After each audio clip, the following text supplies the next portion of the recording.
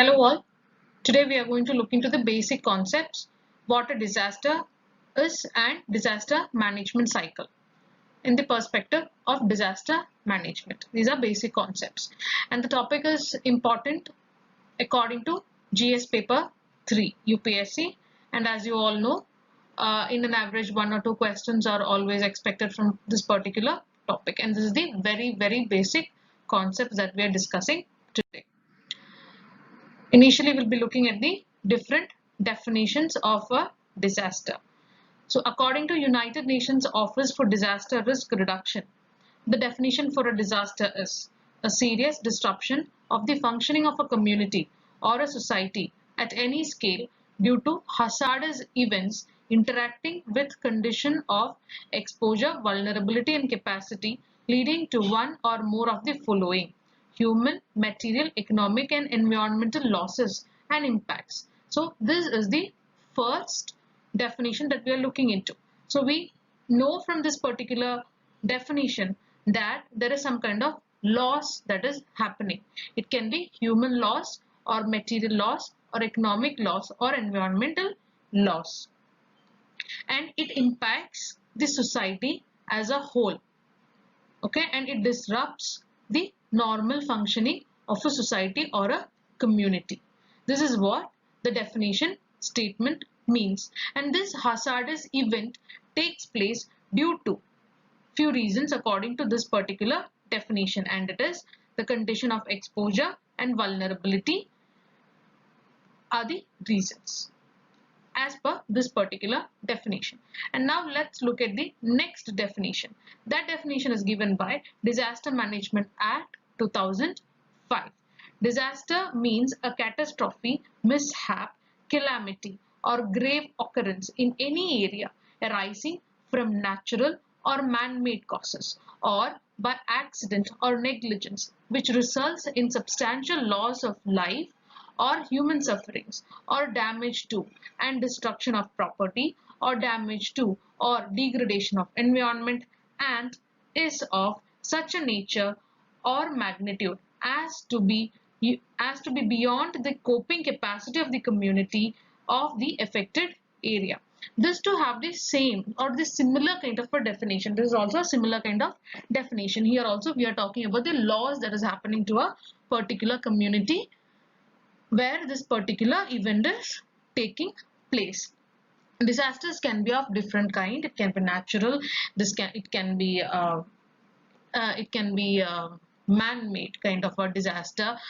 It can be any kind of a disaster. Natural disasters, as you know, earthquakes, tsunamis. These are not in our control. An earthquake is not in our control. A tsunami is not in our control. But there are few disasters which are in our control and for which we can take precautions. Right. Let's go to the next slide. Now, effects can be immediate, localized, but widespread, and it can persist longer in the society and in the environment. Disaster is considered to be a result of combination of many factors such as exposure to hazards, vulnerability, insufficient capacity, or to measure, to reduce, or cope with the potential negative consequences. To explain these three factors that contribute, I will take earthquake as an example. Now, if you are in that spot, the very spot where the earthquake have hit the hardest, that means you are exposed to the earthquake, then you will be hit the most, or you will have lost so many things in life. You might have lost your loved ones, you might have lost your house, you might have lost your business, you might have lost so many assets. So that will contribute so many things, so many losses in your life. So I'm telling it in a personal manner so you can extrapolate it to understand in a more larger format.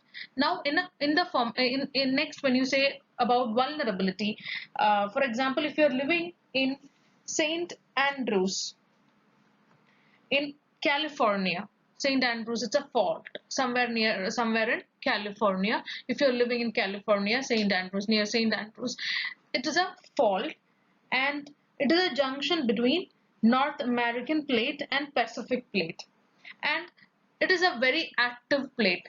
Anytime a movement can happen and an earthquake can happen. So you are highly vulnerable to an earthquake.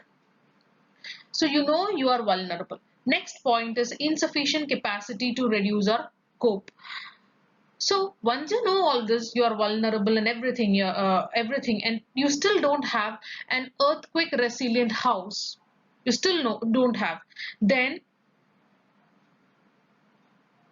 your house is surely going to come down when an earthquake is going to hit. So insufficient capacity to cope or mitigate the particular earthquake. So this is the combination of factors that is going to aggravate the disaster.